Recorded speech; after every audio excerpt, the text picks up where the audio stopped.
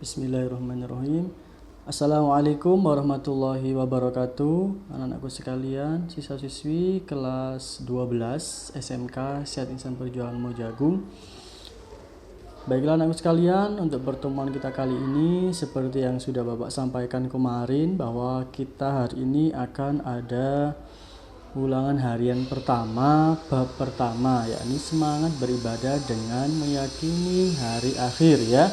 Ini merupakan mata pelajaran akidah akhlak. Akidah ya, ini adalah rukun iman yang kelima begitu ya anak-anak ya. Nah, sebelum kita mulai ulangan hariannya nanti melalui link yang saya share, nanti kita akan ulas kembali sedikit untuk mata pelajarannya. Kemudian sebelum kita mulai, marilah kita awali dengan membaca basmalah. Bismillahirrahmanirrahim. Terima kasih. Baiklah anak-anak sekalian, bagaimana kabarnya pada siang hari ini? Bapak harap semuanya dalam keadaan sehat walafiat, semuanya dalam keadaan baik-baik saja, senantiasa diberikan kemudahan oleh Allah Subhanahu wa taala dalam menjalankan setiap aktivitas, terutama aktivitas belajar dan juga aktivitas beribadah ya anak-anak ya. Langsung saja untuk kita ulas. Bab pertama ini kita membahas tentang akidah akhlak, yakni beriman kepada hari akhir atau yaumil qiyamah.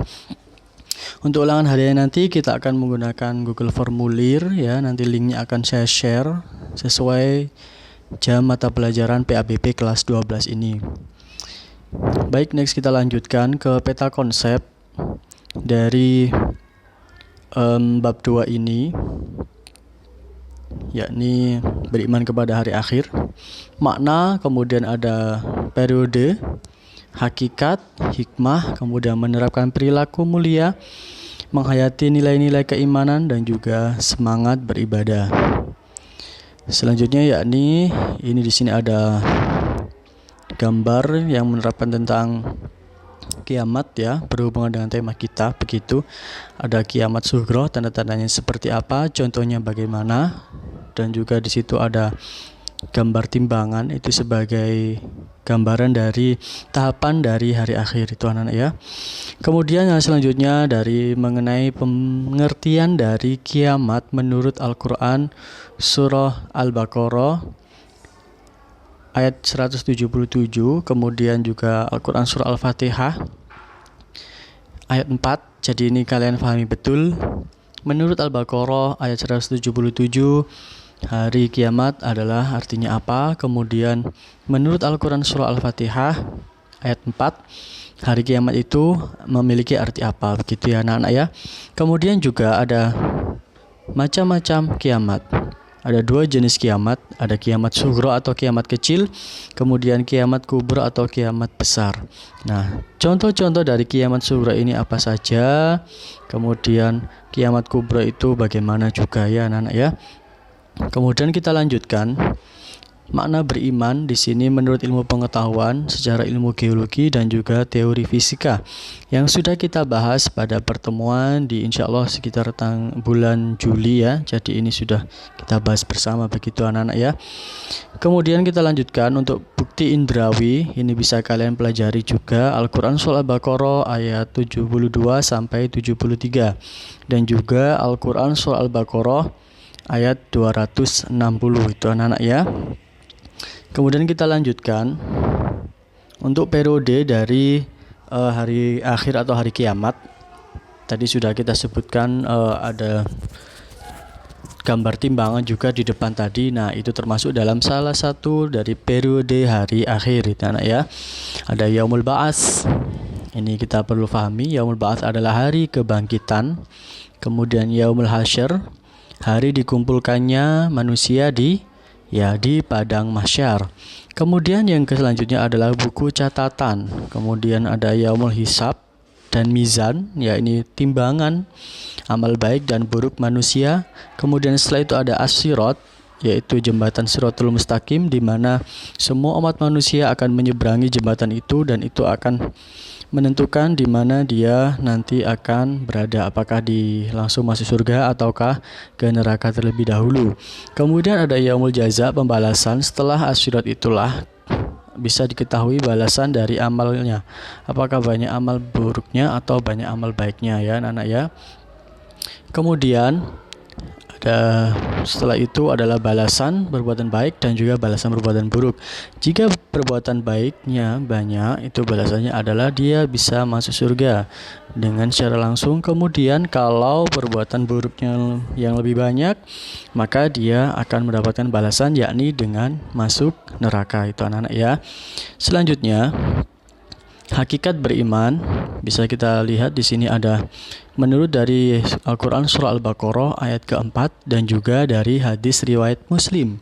Bisa kalian pelajari dari e-book yang sudah saya share ya.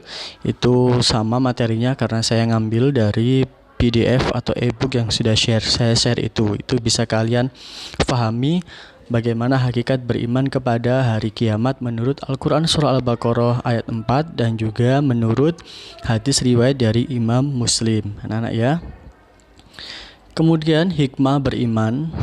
Ini karena kita cukup skip saja, kita review sebentar karena waktu kita nanti untuk ulangan harian.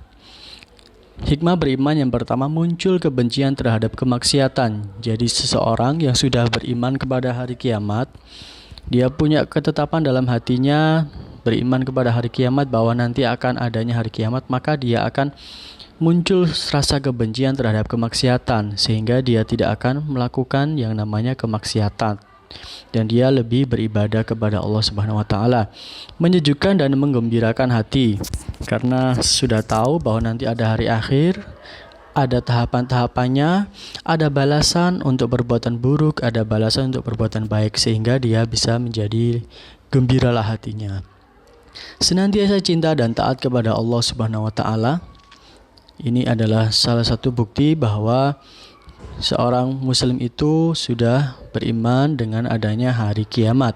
Kemudian dia akan lebih beramal baik karena dia juga tahu bahwa amal baik itu nanti juga akan mendapatkan balasan di akhirat kelak. Menghindari niat-niat buruk ya. Apalagi niat-niat buruk harus kita jauhi, harus kita hindari jauh-jauh ya. Jangankan cuma niat, apalagi melakukan ya. Niatnya kita jauhi, perilakunya juga kita jauhi. Menjauhkan diri dari amal dunia dan akhirat. Jadi, apapun yang kita kerjakan di dunia ini hanyalah untuk beribadah kepada Allah Subhanahu wa taala. Karena kita ingat bahwa di dunia ini adalah mazra'atul akhirah ya, jadi tempat menanam. Kita memanennya kapan? Yakni ketika di akhirat kelak. Jadi kalau kita menanam kebaikan, insya Allah nanti di akhirat juga menuai atau memanennya juga sesuatu yang baik. Begitu pula sebaliknya anak-anakku sekalian ya. Nah, itu adalah review dari pembelajaran kita di bab pertama untuk bab beriman kepada hari akhir. Kemudian untuk ulangan harian kita pakai Google Formulir. Linknya akan langsung saya share, kalian bisa langsung mengkliknya. Jangan lupa kalau mau masuk ke soal, kalian harus login ke email masing-masing. Jadi akun Google-nya harus login.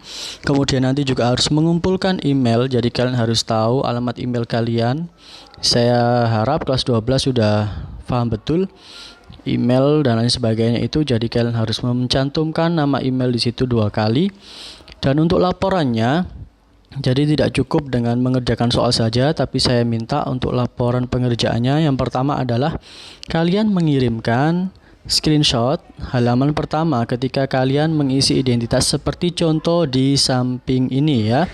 Ini ada nama, udah diisi, kemudian sebelum mengklik tombol berikutnya itu kalian screenshot terlebih dahulu.